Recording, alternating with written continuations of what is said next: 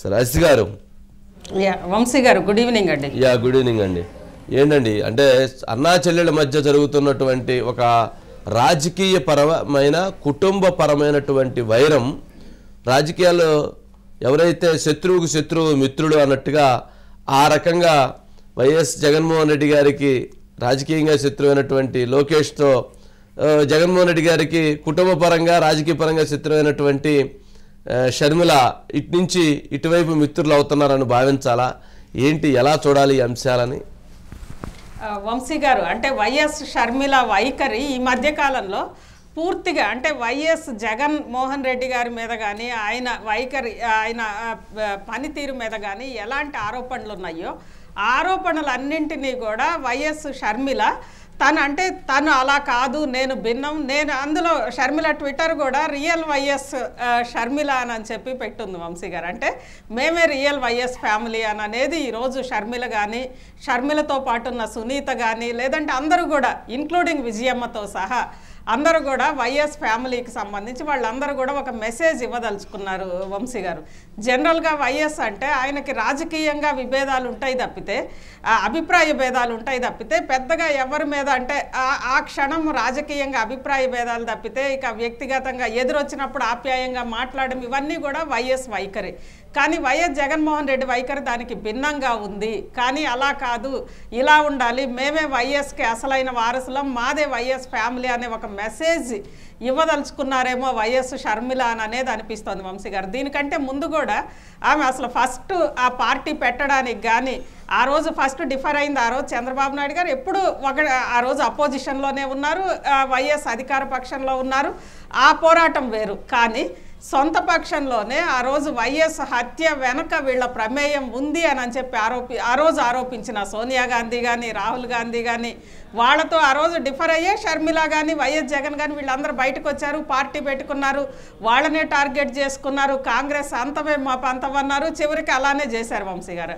అలాంటి వాళ్ళ దగ్గరకు కూడా షర్మిల వెళ్ళి కలిసింది అంటే షర్మిల పూర్తిగా తన అన్న వైఖరికి భిన్నంగా అందులో వైఎస్ఆర్ కాంగ్రెస్ పార్టీ రాజకీయ విధానానికి కూడా భిన్నంగా వెళ్ళదలుచుకుంది అని అనేది మనకు అర్థమవుతుంది వంశీ గారు. దానికి అనుగుణంగానే ఆమె అటు నారా లోకేష్కి పంపడము, దాంతోపాటు పంపింది కూడా షర్మిల శుభాకాంక్షలు పంపలేదు వంశీ గారు. వైఎస్ ఫ్యామిలీ చంద్రబాబు నాయుడు గారి ఫ్యామిలీ మొత్తానికి కూడా క్రిస్మస్ శుభాకాంక్షలు పంపుతున్నాము, ఇది వైఎస్ ఫ్యామిలీ నుంచి వచ్చింది, రియల్ వైఎస్ అని చెప్పి వైఎస్ ఫ్యామిలీ మీకు శుభాకాంక్షలు తెలుపుతుంది అని చెప్పి వచ్చింది వంశీ గారు.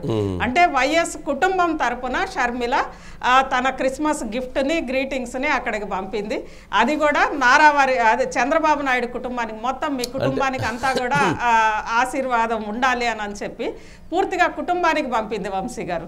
అంటే అంటే అసలు మేము డూపు వాళ్ళనే లేకపోతే అసలే మేమని చెప్పుకోవటమా? అసలే అంటే ఇక్కడ మనం అంటే ఇంతకు ముందు కూడా గతంలో వైఎస్ ఫ్యామిలీకి సంబంధించి కొన్ని అంశాలు ఉన్నాయి వంశీ గారు.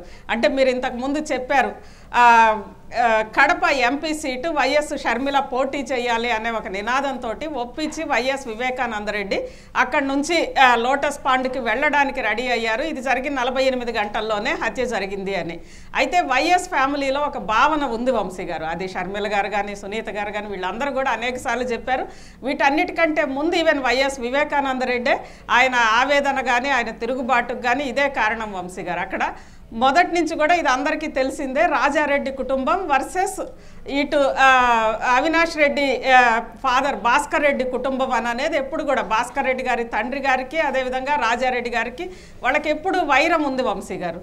ఆ వైరం అనేది ఆ తర్వాత భారతి ఆ ఇంట్లోకి అడుగు పెట్టడము, అదేవిధంగా వైఎస్ ముఖ్యమంత్రి అయిన సందర్భంలో ఆ వైరం అనేది దాదాపు కలిపే ప్రయత్నం అయితే ఆ రోజు వైఎస్ రాజశేఖర రెడ్డి గారు చేశారు. ఒకటి భారతిని తన కోడలుగా తెచ్చుకోవడం ద్వారా, దాంతోపాటు వైఎస్ భాస్కర్ రెడ్డిని కలుపుకొని అవినాష్ రెడ్డికి అప్పుడే మండలాధ్యక్షుడిగా అటువైపు ఒకవైపు అవినాష్ రెడ్డి అదేవిధంగా ఇటు పులివెందుల నియోజకవర్గ బాధ్యతలన్నీ కూడా వివేకానందరెడ్డికి కడప జిల్లాకి సంబంధించి ఇలా మొత్తం కూడా కలిపే ప్రయత్నం చేశారు వంశీ గారు. చేసిన తర్వాత వైఎస్ మరణం తర్వాత కొత్త అంటే ఆ రోజు వచ్చిన ఒక పొలిటికల్ రాజకీయమైన కుదుపులో వైఎస్ భాస్కర్ రెడ్డి గారు జగన్ తో నడిచారు, వివేకానంద రెడ్డి గారు కాంగ్రెస్ పార్టీతో నడిచారు.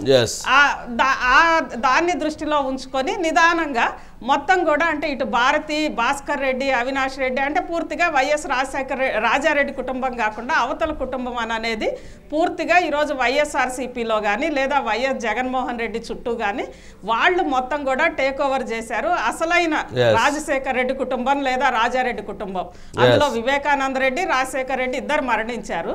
మిగిలిన వాళ్ళ పరిస్థితి కూడా వాళ్ళకి కనీసం అండలేదు, వాళ్ళకి పదవులు లేవు, వాళ్ళకి ఆదరణ లేదు అనేది వివేకానంద రెడ్డి ముందు నుంచి మాట్లాడుతున్నారు. దానికి అనుగుణంగానే మన కుటుంబం అనేది ఉనికి కోల్పోతోంది, రాజారెడ్డి కుటుంబం కానీ మన వైఎస్ కుటుంబం అనేది. మొత్తానికి అడి తిరిగి ఇప్పుడు రియల్ వైఎస్ఆర్ గ్రూప్ కిందకు వచ్చేసింది, రియల్ వైఎస్ఆర్ కానోళ్ళు అనేది. సరే అంటే ఈ మొత్తం